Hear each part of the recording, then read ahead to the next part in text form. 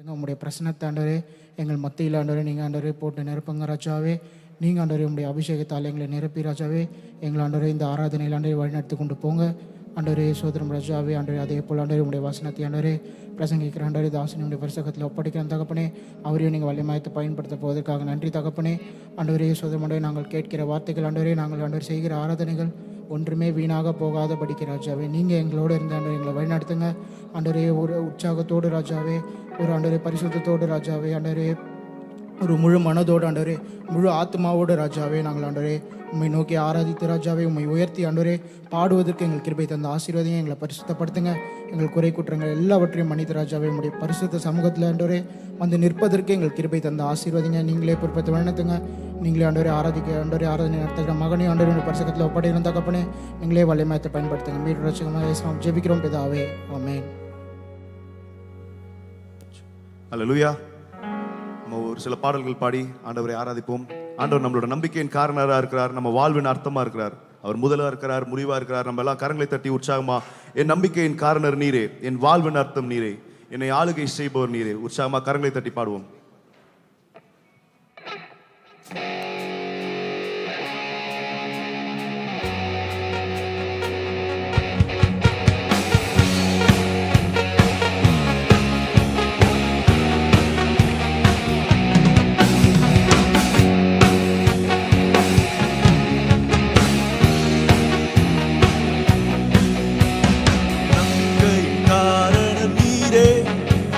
என் வாழ்வின் அர்த்தம் நீரே, என்னை ஆளுகை செய்பவர் நீரே, உம்மை புகழ்ந்து பாடிடுவேனே. என் நம்பிக்கையின் காரணம் நீரே, என் வாழ்வின் அர்த்தம் நீரே, என்னை ஆளுகை செய்பவர் நீரே, உம்மை புகழ்ந்து பாடிடுவேனே. உம்மை ஆராதிப்பேன், ஆர்ப்பரிப்பேன், ஆயுள் வரை உம்மை ஸ்தோத்தரிப்பேன். உம்மை ஆராதிப்பேன், ஆர்ப்பரிப்பேன், ஆயுள் வரை உம்மை ஸ்தோத்தரிப்பேன். என் நம்பிக்கையின் காரணம் நீரே, என் வாழ்வின் அர்த்தம் நீரே, என்னை ஆளுகை செய்பவர் நீரே, உம்மை புகழ்ந்து பாடிடுவேனே. சொல்லுமா, என் நம்பிக்கையின் காரணம் நீரே, என் வாழ்வின் அர்த்தம் நீரே, என்னை ஆளுகை செய்பவர் நீரே, உம்மை புகழ்ந்து பாடிடுவேனே. முதலும் நீரே, முதலும் நீரே, முடிவும் நீரே, முடிவும் நீரே, துவங்கியதை துவங்கியதை முடிப்பவர் நீரே, முடிப்பவர் நீரே. முதலும் நீரே, முடிவும் நீரே, முடிவும் நீரே, துவங்கியதை முடிப்பவர் நீரே. கடலின் மேலே நடந்து கரை சேர்ப்பவரும் நீரே, கடலின் மேலே நடந்து கரை சேர்ப்பவரும் நீரே. உம்மை ஆராதிப்பேன், ஆர்ப்பரிப்பேன், ஆயுள் வரை உம்மை ஸ்தோத்தரிப்பேன். உம்மை ஆராதிப்பேன், ஆர்ப்பரிப்பேன், ஆயுள் வரை உம்மை ஸ்தோத்தரிப்பேன். என் நம்பிக்கையின் காரணம் நீரே, என் வாழ்வின் அர்த்தம் நீரே, என்னை ஆளுகை செய்பவர் நீரே, உம்மை புகழ்ந்து பாடிடுவேனே. என் நம்பிக்கையின் காரணம் நீரே, என் வாழ்வின் அர்த்தம் நீரே, என்னை ஆளுகை செய்பவர் நீரே, உம்மை புகழ்ந்து பாடிடுவேனே. சொன்னதை செய்யும், சொன்னதை செய்யும் உன்னத நீரே, உன்னத நீரே, வாக்கு மாறா, வாக்கு மாறா, உத்தம நீரே, உத்தம நீரே. சொன்னதை செய்யும், சொன்னதை செய்யும் உன்னத நீரே, உன்னத நீரே, வாக்கு மாறா, வாக்கு மாறா, உத்தம நீரே, உத்தம நீரே. கூப்பிட்ட நேரத்தில் எல்லாம் செவி கொடுப்பவரும் நீரே,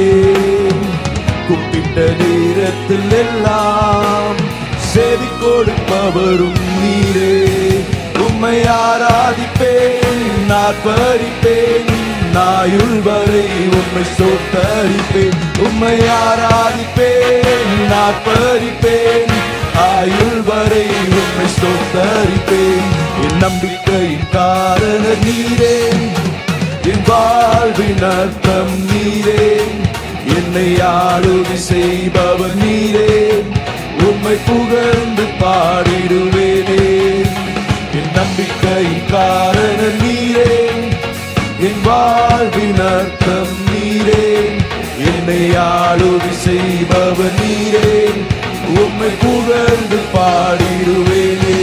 முதலும் நீரே, முதலும் நீரே, முதலும் நீரே, முடிவும் நீரே, முடிவும் நீரே.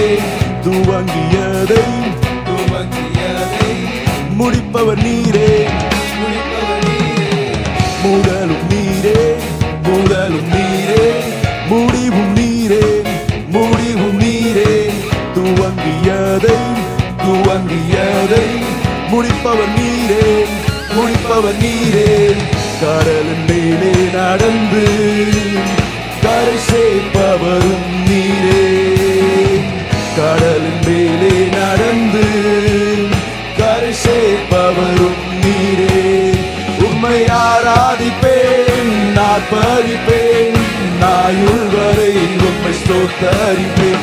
உம்மை ஆராதிப்பேன், ஆர்ப்பரிப்பேன், ஆயுள் வரை உம்மை ஸ்தோத்தரிப்பேன். என் நம்பிக்கையின் காரணம் நீரே, என் வாழ்வின் அர்த்தம் நீரே, என்னை ஆளுகை செய்பவர் நீரே. உம்மை புகழ்ந்து பாடிடுவேனே. என் நம்பிக்கையின் காரணம் நீரே, என் வாழ்வின் அர்த்தம் நீரே, என்னை ஆளுகை செய்பவர் நீரே. உம்மை புகழ்ந்து பாடிடுவேன். உம்மை ஆராதிப்பேன், உம்மை ஆராதிப்பேன், ஆர்ப்பரிப்பேன், ஆயுள் வரை உம்மை ஸ்தோத்தரிப்பேன். உம்மை ஆராதிப்பேன், ஆர்ப்பரிப்பேன், ஆயுள் வரை உம்மை ஸ்தோத்தரிப்பேன். உம்மை ஆராதிப்பேன், ஆர்ப்பரிப்பேன், ஆயுள் வரை உம்மை ஸ்தோத்தரிப்பேன். உம்மை ஆராதிப்பேன், ஆர்ப்பரிப்பேன், ஆயுள் வரை உம்மை ஸ்தோத்தரிப்பேன். என் நம்பிக்கையின் காரணம் நீரே, என் வாழ்வின் அர்த்தம் நீரே, என்னை ஆளுகை செய்பவர் நீரே. உம்மை புகழ்ந்து பாடிடுவேனே.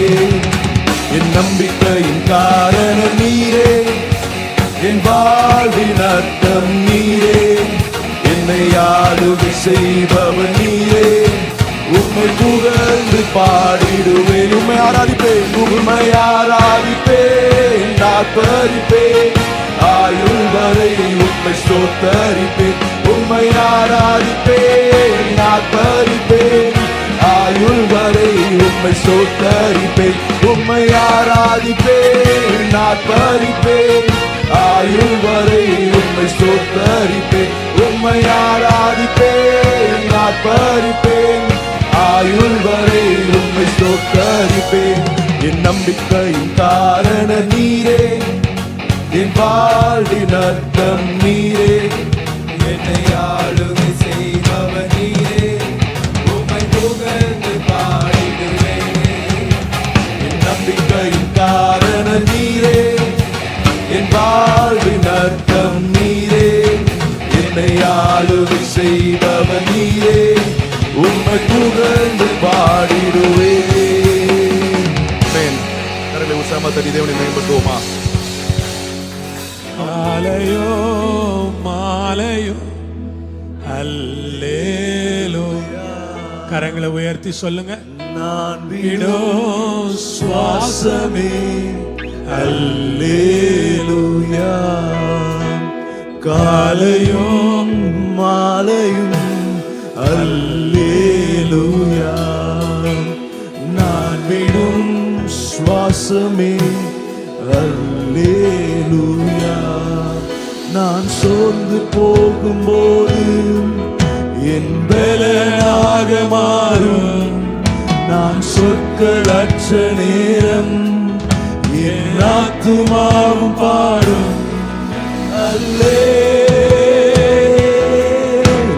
அல்லேலூயா,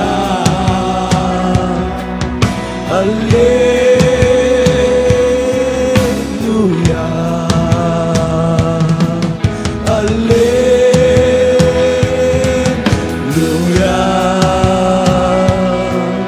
அல்லேலூயா. என் உயர்விலும் என் தாழ்விலும் என் ஆத்துமா பாடும். அல்லேலூயா,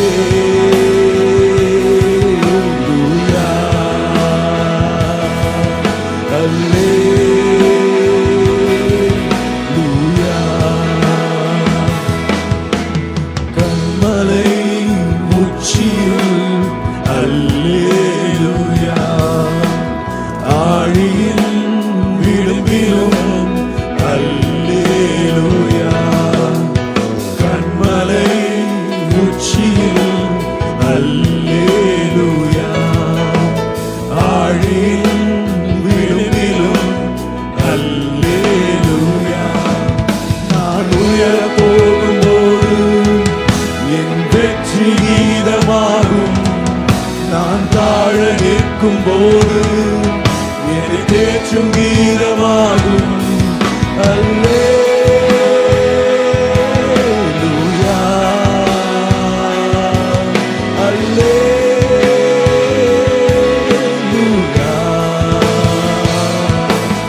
அல்லேலூயா. கரங்களை உயர்த்தி அல்லேலூயா சொல்லுங்க. அல்லேலூயா,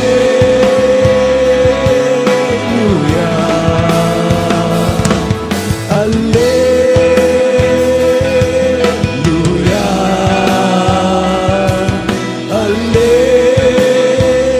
கன்மலை உச்சியில் கன்மலை உச்சியில் அல்லேலூயா, ஆழியின் விளிம்பிலும் அல்லேலூயா. கன்மலை உச்சியில் அல்லேலூயா, ஆழியின் விளிம்பிலும் அல்லேலூயா. நான் உயரப் போகும்போது என் வெற்றி கீதமாகும். நான் தாழ நிற்கும் போது என்னை தேற்றும் கீதமாகும். அல்லேலூயா,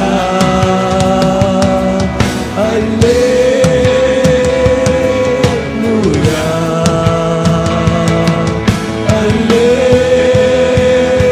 அல்லேலூயா,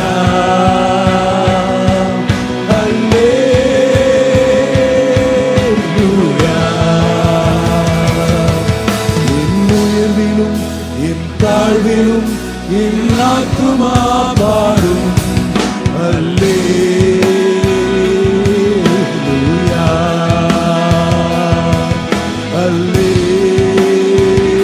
அல்லேலூயா. சத்துரு சிரிக்கையில் அல்லேலூயா, ஏளனம் செய்கையில் அல்லேலூயா. சத்துரு சிரிக்கையில் அல்லேலூயா, ஏளனம் செய்கையில் அல்லேலூயா. என் எதிரி பெருக பெருக என் பந்தி அளவும் பெருகும். நான் துதித்து பாடும்போது சிறைச்சாலை கதவும் திறக்கும். அல்லேலூயா,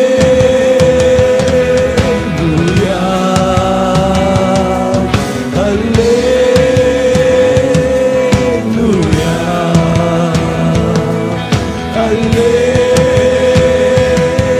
அல்லேலூயா,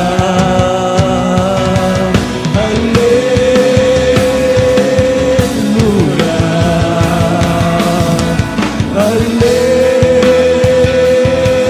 அல்லேலூயா.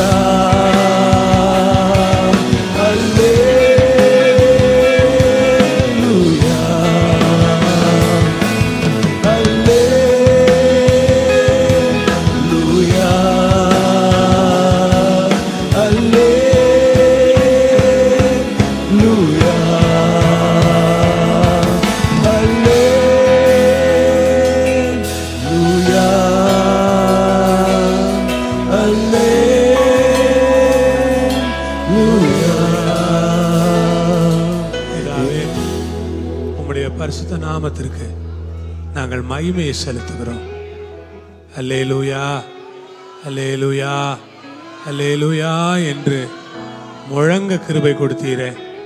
இந்த சபை அல்லேலூயா சொல்லும்போது பரலோகம் அதை பார்த்து சந்தோஷப்படுகிறது, தூதர்கள் சந்தோஷப்படுகிறார்கள், தேவன் சந்தோஷப்படுகிறார். நித்தியத்தில் எவ்வளோ பெரிய மகிழ்ச்சி. இயேசுக்கே மகிமையை செலுத்துகிறோம். இயேசுவின் நாமத்தில் பிதாவே, ஆமென், ஆமென். உபாகமம் 25ஆம் அதிகாரம் எல்லாரும் எடுத்துக்கொள்ளலாம். முதல் வசனத்தில் அந்த இஸ்ரவேல் ஜனங்க எப்படி நடந்துக்கணும் அப்படிங்கிறது சொல்லியிருக்கு. மனிதருக்குள்ளே வழக்கு உண்டாய் அவர்கள் நியாயம் விசாரிக்கப்பட நியாயஸ்தலத்திலே வந்தால் நியாயாதிபதிகள் நீதிமானை நீதிமான் என்றும் குற்றவாளியை குற்றவாளி என்றும் தீர்க்க கடவர்கள். எவ்வளவு கரெக்டாக சொல்லியிருக்கிறாரு பாருங்க. தம்பி, நீ எங்கேருந்து வர? நான் அடிக்கடி பார்க்குறேன் ப்ரேயருக்கு வரியா? இந்த தம்பியை தான் சொன்னீங்களா நீங்கள்? சரிப்பா, ரொம்ப சந்தோஷம், உட்காருப்பா. மனிதருக்குள்ளே வழக்கு உண்டாகி நியாயம் விசாரிக்கப்பட நியாயஸ்தலத்திலே வந்தால் நியாயாதிபதிகள் நீதிமானை நீதிமான் என்றும் குற்றவாளியை குற்றவாளி என்றும் தீர்க்க கடவர்கள். நீதிமான நீதிமானோ குற்றவாளியே குற்றவாளின்னு என்ன பண்ணணுமா? சொல்லணுமா? பிரைஸ் தி லார்ட், அல்லேலூயா. ஒரு நியாயம். இப்போ உங்களை கூட கூப்பிட்டு யாரோ ஒருத்தர் என் குடும்பத்தில் பாருங்கள் இப்படி இருக்குது, நீங்கள் வந்து கொஞ்சம் நியாயம் சொல்லுங்கள் அப்படின்னா நீங்கள் என்ன சொல்லணும்? நியாயம்தான் சொல்லணும். யார் பிடிச்சவங்க பிடிக்காதவங்களெல்லாம் என்ன பண்ணக்கூடாது? பார்க்கக்கூடாது. பிடிச்சவங்க தப்பு பண்ணாலும் தப்பு தான், பிடிக்காதவங்க சரியானதை செஞ்சால் அது சரிதான். அப்போ எனக்கு பிடிச்சவங்க பிடிக்காதவங்கன்றது அதில் இல்லை. எவ்வளவு தெளிவாக இருக்குது பாருங்கள். அப்புறம் ஒரு வசனம் இருக்குது, போரடிக்கிற மாட்டை, 4வது வசனம், வாய்க்கட்டாயாக. போரடிக்கிற நிறைய எல்லாம் கற்பனைகள் தான், பழைய ஏற்பாட்டு கற்பனைகள். உபாகமம் முழுக்க நிறைய இருக்குது. அதை ஒவ்வொன்றா எடுத்து சொல்ல டைம் இல்லைல்ல, அதனால் சில வசனங்களை மட்டும் நம்ம படிக்கலாம். போரடிக்கிற மாட்டை வாய் கட்ட வேணாம் அப்படின்னா என்ன? போரடிக்கிற மாட்டை வாய் கட்ட வேணான்னா, போரடிக்கிற மாட்டுக்கு அதுக்கு என்ன சாப்பிட வேணுமோ அதுக்கு என்ன பண்ணணும்? வேலை செய்கிற மாடு. போரடிக்கிற மாடுன்னா என்ன? வேலை செய்கிற ஒரு மாடு. இதை பற்றி பவுல் பேசும்போது தேவன் மாட்டுக்காக கவலையாக இருக்கிறாரா என்று பேசுகிறார். கொரிந்தியரில் பேசுகிற வேளையில் தேவன் மாட்டுக்காக கவலையாக இருக்கிறாரா என்று பவுல் அங்கே அதை கொஞ்சம் எக்ஸ்பிளைன் பண்ணுறாரு. நான் நினைக்கிறேன் 1 கொரிந்தியர் 9ஆம் அதிகாரம்னு நினைக்கிறேன்.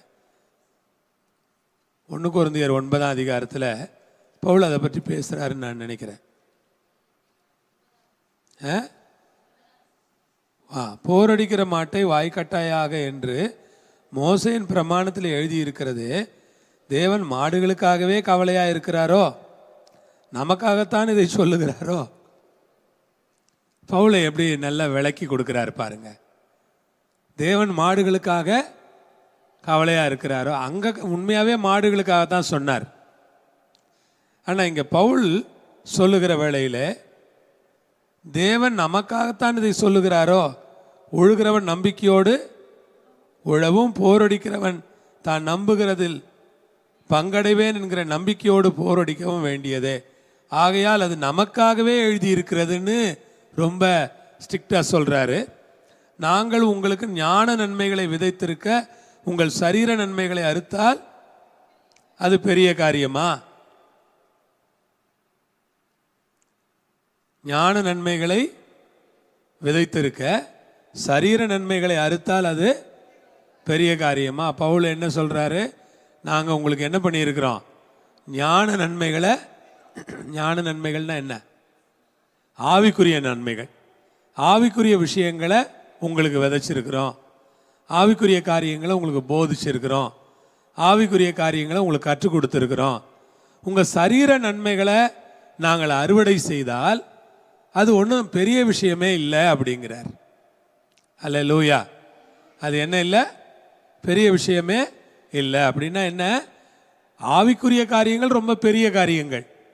அந்த பெரிய காரியங்களையே நாங்கள் உங்கள் நடுவில் என்ன பண்ணுறோம்? விதைச்சிருக்கிறோம். அதை உங்களுக்கு சொல்லி கொடுத்துருக்குறோம். அதை உங்களுக்கு போதிச்சிருக்கிறோம். அப்படி இருக்கும்போது உங்களுடைய சரீர நன்மைகளை நாங்கள் அறுவடை செஞ்சோன்னா அது என்ன இல்லை? பெருசு இல்லை. அப்போ நம்ம சரீர நன்மைகளில் தேவனுக்கு செய்யறதுல நம்ம என்ன சொல்லணும்? தேவனே, என்னுடைய சரீர நன்மைகளில் உழைச்சி சம்பாதிச்சதுலேருந்து தான் காணிக்க கொடுக்குறேன், உழைச்சி சம்பாதிச்சதுலேருந்து தான் தசமபாகம் கொடுக்குறேன், உழைச்சி சம்பாதிச்சதுலேருந்து தான் ஊழியத்தை தாங்குறேன். ஆனால் எனக்கு ஞான நன்மைகள் கிடைச்சிருக்குது நிறைய. என்ன கிடைச்சிருக்குது? அதோட இதை நான் என்னால் என்ன பண்ண முடியாது? ஒப்பிட முடியாது. அதை ஒப்பிட முடியாது என்று நீங்கள் அதை புரிந்து கொள்ள வேணும். அப்போ போரடிக்கிற மாட்டை வாய் கட்டக்கூடாதுன்னா அதே மாதிரி நம்ம அதற்கு முழு சுதந்திரத்தை கொடுக்கணும். இல்லை, ஒரு ஊழியம் செய்கிறவங்களுக்கு ஒரு முழு சுதந்திரம். வேலை செய்கிறவங்கள பார்த்துருக்கீங்களா? நல்லா வேலை செய்கிறவங்கள பார்த்தீங்கன்னா, வேலை செய்கிறவங்களுக்கு ஒரு கடுமையான ஆளாக இருந்தால் கூட குறைச்சி சம்பளம் கொடுக்கணுங்கிற எண்ணம் வராது. ஆனால் ஒருத்தங்க வேலை செய்யலைன்னா அவங்க என்னதான் நல்லவங்க போல காட்சி அளித்தாலும் அவங்களுக்கு என்ன பண்ண முடியாது? நம்ம நிறைய சம்பளம் கொடுக்க தோணாது. உழைக்கிறவங்க சிலர் இருப்பாங்க, என்ன பண்ணுவாங்க? கடுமையாக உழைப்பாங்க. அவங்களுக்கு நிறைய கொடுப்பாங்க. அவங்க மேலதிகாரிகள் அவங்களுக்கு ஏதாவது வாய்ப்புகள் கொடுப்பாங்க, அதை கொடுப்பாங்க, சம்பளம் கொடுப்பாங்க, நிறைய அவங்கள சப்போர்ட் பண்ணுவாங்க. அது மாதிரி நிறைய விஷயங்கள் அவங்களுக்கு ஹெல்ப் பண்ணுவாங்க பாருங்க. ஆனால் வேலை செய்யாத ஆட்களுக்கு யாரும் பெருசாக என்ன பண்ண மாட்டாங்க? கொடுக்க மாட்டாங்க. நிறைய வேலை செய்கிறதற்கு ஒரு உற்சாகத்தை உடையவர்களாக நீங்கள் இருக்கணும். அப்புறம் ஒரு கல்யாணத்தை பற்றி ஒருத்தனுடைய மனைவி புருஷன் இறந்து போயிட்டா அவளுக்கு அவளுடைய புருஷனுடைய சகோதரன் கல்யாணம் பண்ணுங்கிற விவரத்தை அடுத்த பகுதியில் ரொம்ப டீட்டெயில்டாக போட்டிருக்காங்க. அந்த பகுதியை நீங்கள் வீட்டில் போய் படியுங்க. அதை வீட்டில் போயிட்டு படியுங்க. அதுக்கு பிறகு சண்டை நடக்கும்போது எப்படி இருக்குன்னு நிறைய இருக்குது. இது எல்லாத்தையும் போதிச்சா இன்னைக்கு போதிச்சு முடிக்க முடியாது. சின்ன சின்ன விஷயங்களை மட்டும்தான் நாம் படிக்கிறோம். கர்த்தருக்கு ஸ்தோத்திரம். 14வது வசனம், வீட்டில் பெரிதும் சிறிதுமான பலவித படிகளையும் வைத்திருக்க வேணாம். தேவனாய் கர்த்தர் உனக்கு கொடுக்கும் தேசத்தில் உன் நாட்கள் நீடித்திருக்கும்படி குறையற்ற சுமுத்திரையான நிறைகளும் குறையற்ற சுமுத்திரையான படியும் உன்னிடத்தில். அந்த படிக்கற்கள் எப்படி இருக்கணுமா? எடை போடுறாங்கல்ல, எடை கரெக்டாக இருக்கணும் அப்படின்னு ஒரு பிரமாணம் இருக்கு. எடையில கரெக்டாக இருக்கணும், எடையில தப்பு செய்யக்கூடாது அப்படின்னு ஒரு பிரமாணம் இருக்கு. அளவு குறைச்சி என்ன பண்ணக்கூடாது? கொடுக்கக்கூடாது. அப்படி அளவு குறைச்சி தானே ரேஷன் கடையிலெல்லாம் கொடுக்குறாங்க. கடையிலையாவது நம்ம சண்டை போடுவோம். நம்ம கொண்டு போய் நம்ம வீட்டில் இருக்கிறதுல எடை போட்டு பார்த்தா கம்மியாக இருந்துச்சுன்னா கடைக்காரன்ட்டு போய் என்ன பண்ணுவோம்? சண்டை பிடிக்கலாம். ஆனால் ரேஷன் கடையில் என்ன பண்ணுறாங்க? அவங்க எந்த கடையிலையாவது கரெக்டான அளவு கொடுக்குற அந்த அளந்து போடுற ஆளை நீங்கள் பார்த்துருக்கீங்களா? யாராவது ரேஷன் கடையில் வேலை செய்கிறவங்களுக்கு சொந்தக்காரங்க இருந்தால் கோச்சிக்காதீங்க. யாராவது அந்த மாதிரி ஆளை நீங்கள் பார்த்துருக்கீங்களா? ரேஷன் கடையில் கரெக்டாக அளந்து கரெக்டான அளவில் மண்ணெண்ணெயை ஊற்றுறவன். மண்ணெண்ணெய் டப்பாவை கீழே பார்த்துருக்கீங்களா? அந்த 5 லிட்டர் டப்பாவை என்ன பண்ணியிருப்பான்? மொத்தமாக தட்டி மேலே ஏற்றி வச்சுருப்பான். அது 5 லிட்டர் டப்பா தான். ஆனால் அவன் டெக்னிக்காக என்ன பண்ணியிருப்பான்? பின்னால் இருக்கிறதெல்லாம் தட்டி அப்படியே உள்ளே தள்ளி விட்டுருவான். அதில் ஒரு 1/2 லிட்டர் எண்ணெய் என்ன செஞ்சிடான்? குறைஞ்சி போயிடும். 5 லிட்டர் அப்படி மொண்டு அப்படி ஊற்றுவான் பாருங்க. 4.25 லிட்டர் தான் நமக்கு கிடைக்கும். அப்படி அள்ளி அந்த சர்க்கரை அப்படி கொட்டுவான் பாருங்க. கொட்டின வேகத்தில் என்ன செய்யும்? அந்த இட மிஷினு அப்படியே மடமடன்னு கீழே இறங்கும். இப்போ எப்படி கொடுக்குறாங்கன்னு தெரியல, அப்படியே தொங்கும். அவரை நமக்கு நிறைய போடுற மாதிரி போடுவார். கொஞ்ச நேரம் விட்டால் தானே அளவு தெரியும், எது மேலே இருக்குது எது கீழே இருக்குது அப்படின்னு. அப்போ இடன்றது அளவுங்கிறது எவ்வளோ முக்கியம் பார்த்தீங்களா? நான் ஒரு நாள் படிச்சுக்கிட்டு இருந்தேன், ஒரு வசனத்தை அப்படி உட்காந்து யோசனை பண்ணிக்கிட்டு இருந்தேன். கொடுங்கள் அப்பொழுது உங்களுக்கு கொடுக்கப்படும், அமுக்கி குலுக்கி சரிந்து விழும்படி நன்றாய் அளந்து மடியில் போடுவாங்க. அது கொஞ்சம் யோசித்து பாருங்க. கர்த்தருக்கு நம்மளும் கொடுக்கறதுல இந்த மாதிரி ஏதாவது ஏமாத்து வேலையெல்லாம் என்ன பண்ணக்கூடாது, செய்யக்கூடாது. கொடுக்குற விஷயத்தில் அளவு சரியாக இருக்கணும். நம்முடைய கொடுக்குற அளவும் கூட எப்படி இருக்கணும், சரியாக இருக்கணும். அதை நம்ம குறைவாக வச்சோன்னா இந்த அமுக்கி குலுக்கி சரிந்து விழும்படி நல்லா அளந்து எங்கே போடுவாங்களா? அப்போ நம்ம கர்த்தருக்கு கொடுத்துட்டு நம்ம வாழ்ந்து கொண்டு இருந்தோமானா, நம்ம கொடுத்ததை கர்த்தர் திருப்பி கொடுக்கும்போது எவ்வளவு அதிகமாக கொடுக்குறாரு பாருங்க. அதை அளந்து எங்கே போடுறாரு? மடியில் அளந்து. அந்த அளவு குறையுதா பாருங்க அவர்கிட்ட. அவர் அளக்கிற அளவு இருக்க, அது ரொம்ப பரிபூர்ணமான அளவு. அவர்கிட்ட அளவு என்ன செய்யாது, குறையாது. கர்த்தருக்கு ஸ்தோத்திரம். நம்ம நினைப்போம் நம்ம கொடுத்துருப்போம், நம்ம பிள்ளைங்களை கர்த்தரை ஆசீர்வதிப்பார். நாம் செஞ்சுருப்போம், நம்ம குடும்பத்தை கர்த்தரை ஆசீர்வதிப்பார். நம்ம பிள்ளைங்களை கர்த்தர் மேன்மைப்படுத்துவார். இதெல்லாம் ஏன் வந்துச்சுன்னு அந்த பிள்ளைங்களுக்கு தெரியுதோ தெரியலையோ, ஆனால் நமக்கு தெரியும் நம்ம கர்த்தருக்கு என்ன செஞ்சோம். நல்லா தாராளமாக அளந்து போட்டோம் இல்லை, தாராளமாக நம்ம அளந்து என்ன பண்ணோம், கொடுத்தோம். சிலர் இந்த ரேஷன் கடைக்கார மாதிரி கொடுப்பாங்க, கொஞ்சம் கொஞ்சமாக ஏமாற்றி கொடுப்பாங்க. நீங்கள் ஏமாற்றி கொடுத்தீங்கன்னா கர்த்தருக்கு நீங்கள் வாங்கும்போதும் அப்படி தான் வாங்க வேண்டியது இருக்குது. அந்த அளவு என்ன பண்ணாது, சரியாகவே வராது. அந்த கொடுக்கறது எப்படி மனப்பூர்வமாக நமக்கு இருக்குதோ அது போல தானே திருப்பி கொடுக்கறதும் இருக்கும். அந்த திருப்பி கொடுக்கறத ஆண்டவர் மனப்பூர்வமாக நமக்கு நல்லா அளந்து நம்ம மடியில் போடணும்னா நம்மளும் கொடுக்கறத என்ன பண்ணணும், நல்லா கணிசமாக சந்தோஷமாக மனநிறைவோட உற்சாகமாக உண்மையாக கொடுத்துடணும். அந்த அளவு என்ன பண்ணக்கூடாது, குறைக்கக்கூடாது. ஆமாம், ஒரு 50,000 ரூபாய் சம்பளம் வாங்குகிறேன் அப்படின்னா 5,000 கொடுக்கணுமா? நான் தசம பாகம் ஒரு 1,000 ரூபாய் குறைச்சிட்டு 4,000 கொடுக்குறேன்னு போதாதா கர்த்தருக்கு? அதுதான் அளவு குறைக்கிறது. அது என்ன பண்ணுறது, அளவு குறைக்கிறது. நம்ம அளவு குறைச்சா நமக்கு அளக்கிற அளவும் குறைஞ்சி போயிடும்ல. அப்போ அவர் அளந்து அப்படி மடியில் போடுவார்னு நான் அதை யோசித்து பார்க்குறேன். அப்பா எப்படி கரெக்டாக செய்வார் போல தெரியுதுன்னு. அவர் அளந்து நம்ம மடியில் போட்டுருவார் போல. நீ கொடுத்தப்பா இந்தப்பா வச்சுக்க, நீ கொடுத்ததுக்கு நான் ஒன்றும் உன்ட்ட கடங்காரன் கிடையாது அப்படிங்கிற மாதிரி அளந்து போட்டுருவார் போல நமக்கு. அப்படி தானே செய்வார். நான் ஒன்றும் உனக்கு என்ன கிடையாது, கடங்காரன்லாம் கிடையாது, நான் யாருக்கும் கடங்காரனாக இருக்க மாட்டேன்பா, நீ நல்லா கொடுத்த இந்தா நீ பத்திரமா வச்சுக்க, அளந்து மடியில் போட்டுருவார். அவ்வளோதான். நமக்கே ஒன்றும் புரியாது, என்னடா இப்படி கொடுக்குறாரு கடவுள் நமக்கு அப்படின்னா. நம்ம அப்படி என்ன பண்ணியிருக்கிறோம், நிறைவா அவர் கொடுத்துருக்குறோம். நம்ம அப்படி நிறைவா கொடுத்ததுனால, நம்ம நிறைவா கொடுத்ததனுடைய விளைவாக கர்த்தர் நமக்கு அப்படி என்ன பண்ணுறாரு, திருப்பி கொடுக்குறாரு. ஒவ்வொருத்தரும் நம்ம எவ்வளோ கவனமாக இருக்கணும் பாருங்க. இந்த கொடுக்கறத பற்றி, இந்த படிக்கற்களை பற்றி, நிறைக்கற்களை பற்றி போடப்பட்டிருக்கிறது. இவை முதலான அநியாயத்தை செய்கிறவன் எவனும் கர்த்தருக்கு அருவருப்பான். இந்த மாதிரி அநியாயம் செஞ்சால் கர்த்தருக்கு எப்படி இருக்குதா, அவன் கர்த்தர் பார்வையிலே ஒரு அருவருப்பாயிடுறான். அடுத்தது சொல்றாரு, நீ எகிப்திலிருந்து புறப்பட்டு வருகிற வழியில அமலேக்கு தேவனுக்கு பயப்படாமல் உனக்கு எதிராக, உங்களுக்கு எதிராக ஒருத்தர் வராங்கன்னா அவங்க கிட்ட என்ன இல்லை, கடவுள் பயம் இல்லை. கடவுள் பயம் இருந்ததுன்னா உண்மையா பக்தி உள்ளவங்க யாராவது நமக்கு எதிராக வருவாங்களா? அவங்க என்ன நினைப்பாங்க தெரியுமா, நம்மளும் பக்தியா இருக்கிறோம், இவங்களும் என்னமோ பக்தியா தானே இருக்கிறாங்க, இவங்களுக்கு எதிராக நம்ம என்ன பண்ணக்கூடாது, ஏதோ கத்துறாங்க, சத்தம் போடுறாங்க, ஜெபிக்கிறாங்க, வைக்கிறாங்க. ஆனால் இவங்க எந்த வகையிலையும் தவறானவங்களா இல்லை, பக்தியாக தானே இருக்கிறாங்க. இவங்களுக்கு எதிராக நம்ம போகக்கூடாதுன்னு நினைப்பாங்க.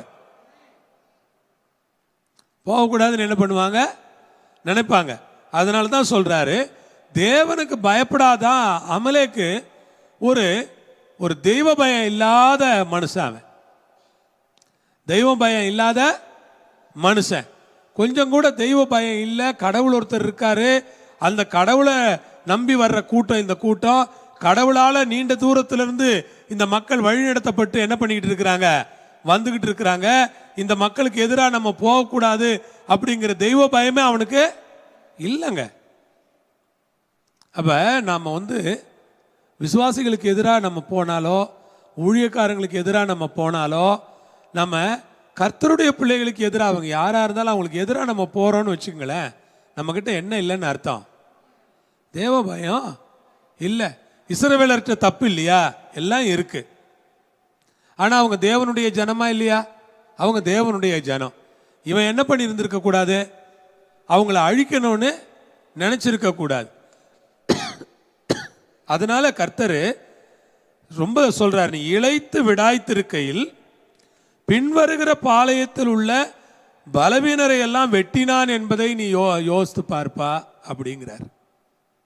இவன் என்ன பண்ணிட்டானா, இவங்க இளைத்து என்ன பண்றாங்க?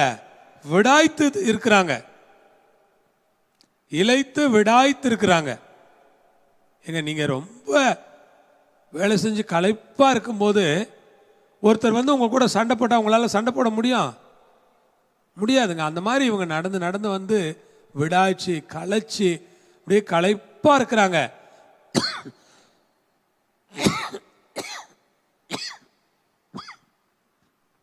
நேரம் பார்த்து இவன் என்ன பண்றான்? அவங்கள அடிக்கிறான். சிலர் சந்தர்ப்பம் பார்த்து அடிப்பாங்க. இப்ப அடிச்சோன்னா இவங்களை என்ன பண்ணிடலாம்? அடிச்சிடலாம், வீழ்த்திடலாம். இப்ப நம்ம இவங்களுக்கு எதிராக ஏதாவது செஞ்சோன்னா இவங்க காலி அப்படின்னு. அதை தான் அவர் சொல்றாரு, நீ இதை மட்டும் என்ன பண்ணிடாத, மறந்துடாது. இது நினைச்சுக்க, எப்போ ஞாபகத்தில் வச்சுக்க. உன் ஆண்டவர் உனக்கு சுதந்திரித்து கொள்ள கொடுக்கும் தேசத்தின் சுற்றுப்புறத்தாராகி உன்னுடைய சத்துருக்களை எல்லாம் ஆண்டவர் விலக்கி உன்னை இளைப்பார பண்ணும்போது அமலேக்கின் பேரை வானத்தின் கீழ் இராதபடிக்கு அழிய பண்ண கடவா, இதை மறக்க வேண்டாம்.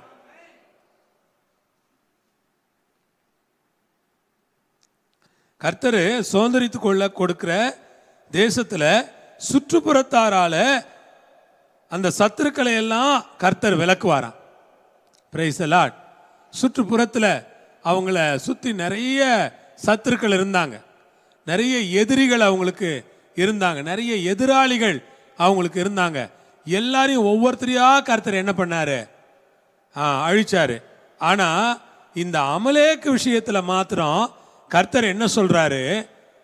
அவனுடைய பேரே வானத்துக்கு கீழே இராதபடிக்கு, பேரே இருக்கக்கூடாது. அந்த பேர் என்ன செய்யக்கூடாது? இருக்கக்கூடாது. நீங்க எடுங்க ஒரு வசனம், நான் சொல்றேன், படிங்க. எபேசியர் 5ஆம் அதிகாரம், எல்லாரும் எடுங்க. எபேசியர் 5.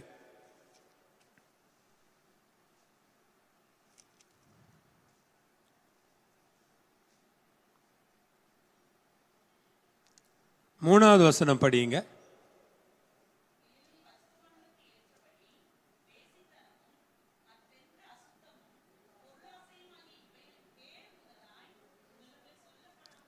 இப்ப பேரை அழிக்கணும்னார்ல, இங்க ஒரு பேர் சொல்றார்.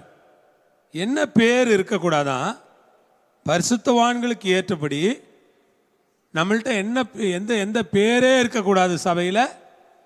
அந்த சபையில் வேசித்தனம், அசுத்தம், பொருளாசை ஆகிய இவைகளின் பேர் முதலாய், இந்த பேரே கேட்கக்கூடாது சபையில்.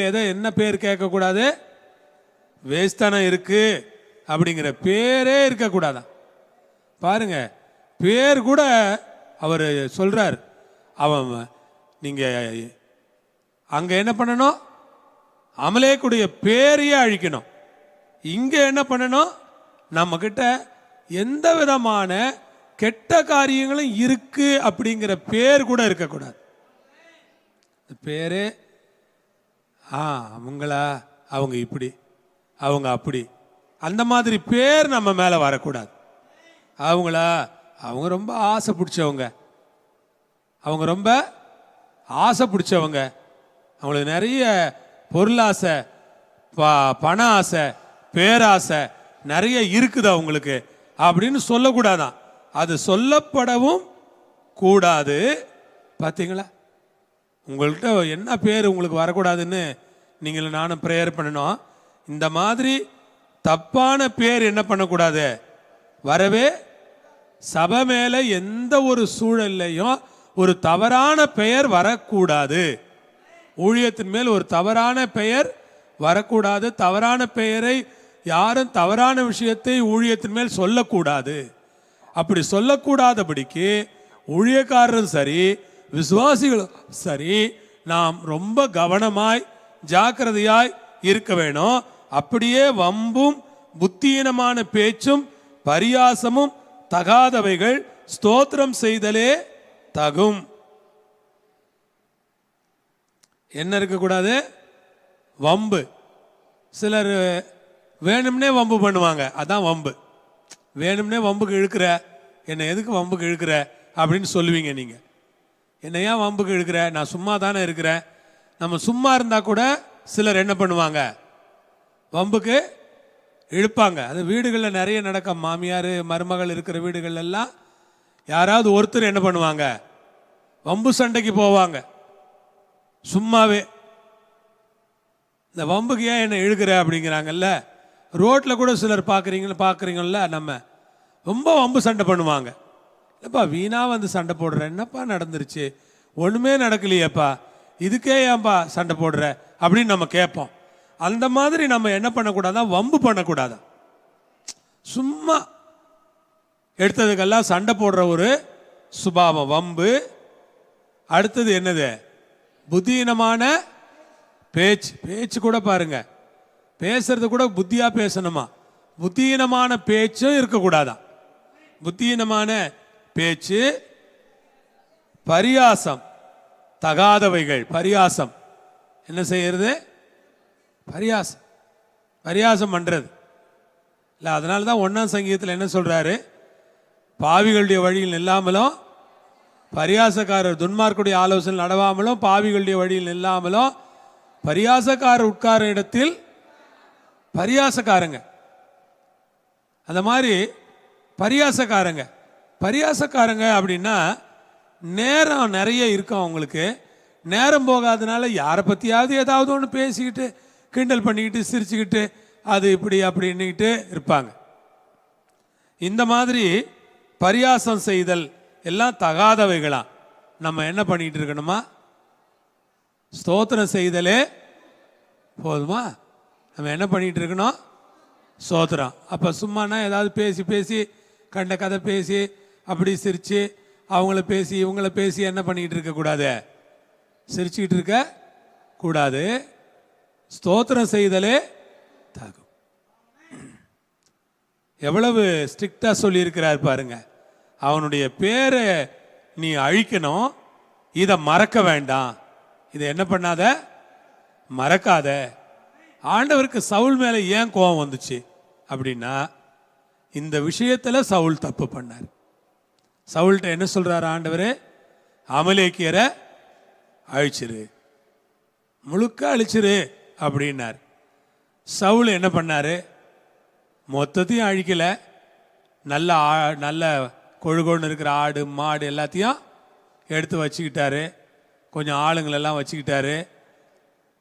கொஞ்சம் அவருக்கு தோணுன ஆளுங்களை என்ன பண்ணிட்டாரு, அழிச்சிட்டாரு. கர்த்தர் இப்படி ஸ்ட்ரிக்டா சொல்லி இருக்கிறாரு, அதை ஃபாலோ பண்ணலன்ன உடனே கர்த்தருக்கு என்ன ஆயிடுச்சு, கோபம் வந்துருச்சு.